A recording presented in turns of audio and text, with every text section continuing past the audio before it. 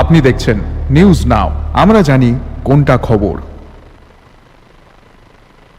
National forest martyrs day गुरुवार को पूरे सम्मान के साथ मनाया गया। इस अवसर पर वन विभाग ने राज्य के विभिन्न स्थानों पर शहीदों के लिए श्रद्धांजलि सभा और श्रद्धांजलि समारोह का आयोजन किया।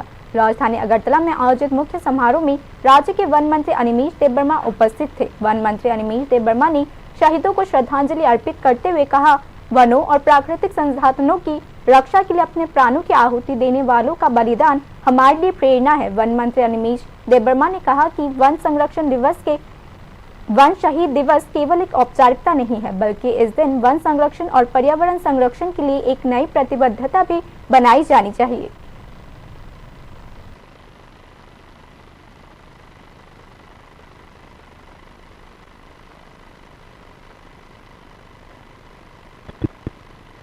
আজকে আমাদের ফরেস্টের যারা শহীদ হয়েছেন তাদের শ্রদ্ধাঞ্জলি দিবস এবং আমাদের ফরেস্ট ডিপার্টমেন্টের ইতিহাসে ত্রিপুরায় 5 জন আমাদের অফিসার মারা গেছেন, শহীদ হয়েছেন।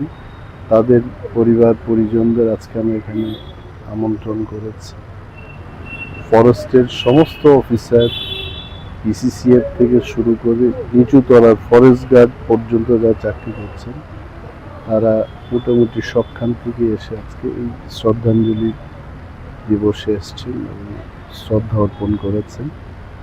যারাই ফরেস্টের জন্য শহীদ হয়েছেন তাদের পাশে আমরা আছি এবং বনকে রক্ষা করতে গিয়ে যারা নিজের প্রাণ দিয়েছেন পরিবার পরিজনদের প্রতি আমাদের সমবেদনা এবং শ্রদ্ধা চিরকালই থাকে।